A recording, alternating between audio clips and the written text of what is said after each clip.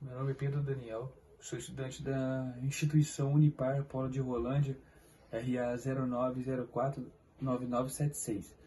Venho apresentar o trabalho APO sobre Windows e Linux, da matéria Sistemas Operacionais.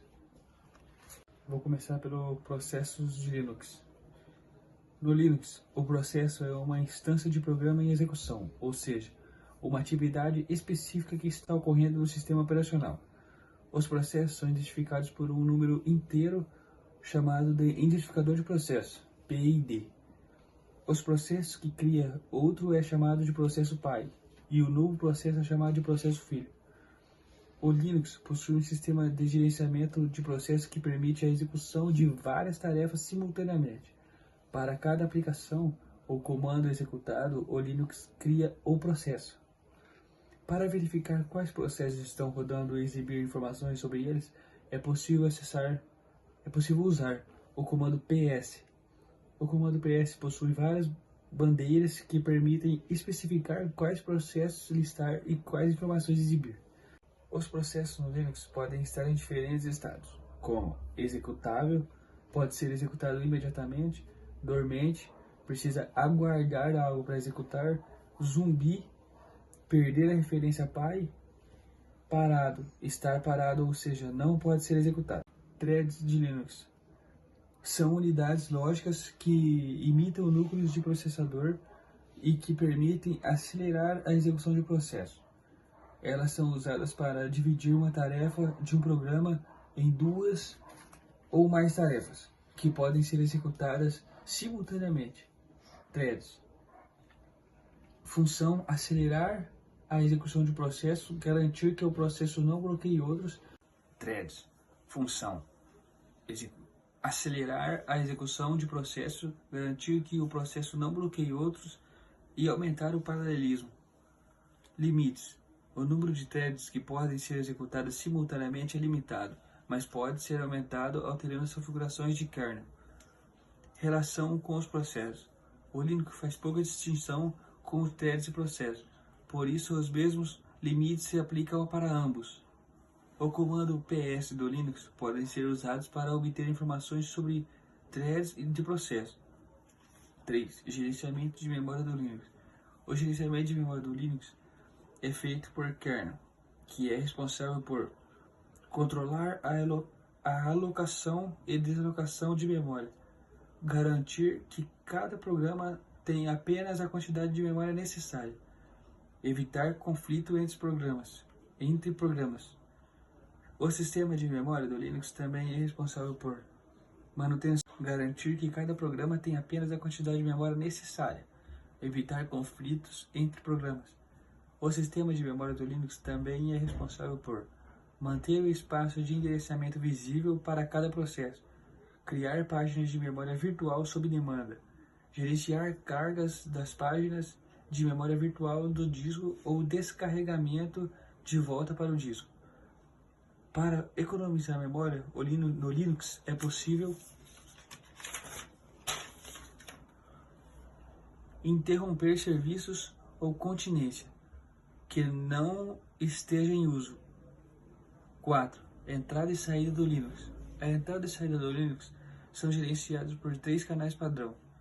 Entrada padrão: o teclado é a entrada padrão do comando. Saída padrão: é a tela e a saída padrão do comando. Erro padrão: redireciona a saída de erro de um dos comandos ou as mensagens de erro de um programa. É possível redirecionar a entrada e saída do Linux usando símbolos específicos. Seta para a direita: redireciona para a saída do arquivo. Seta para a esquerda: redireciona o arquivo como entrada. Barra: redireciona a saída de um programa para a entrada de outro. 5. Sistema de arquivos do Linux. O sistema de um arquivo do Linux é como um conjunto de regras e estruturas lógicas que permitem ao sistema operacional controlar o acesso a dispositivos de armazenamento, como disco rígido, pendrive, CDs e DVDs. Ele funciona como um mapa, dividindo os dispositivos em seções e dividindo como cada arquivo será nomeado, organizado e controlado. Como funciona? organização e hierarquia. Imagine pastas dentro de pastas, criando uma árvore com vários níveis. Essa é a estrutura básica de um sistema de arquivos, permitindo que você organize seus arquivos de forma intuitiva e eficiente. Nomes únicos. Cada arquivo precisa ter um nome único para ser facilmente identificado. O sistema de arquivos garante que não haja conflitos de nomes, evitando confusões e problemas. Armazenamento eficiente.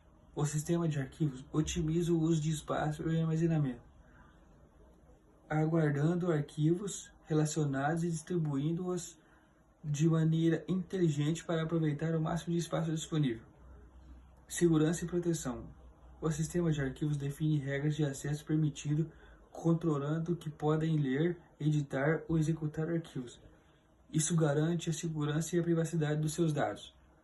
Bom, o que eu entendi do resumo foi isso. Obrigado.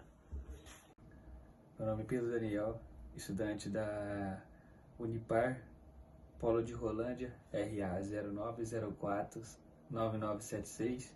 Vim apresentar um trabalho APO sobre a matéria Sistema Operacionais Windows para Linux. Pode ir? Estrutura do Windows.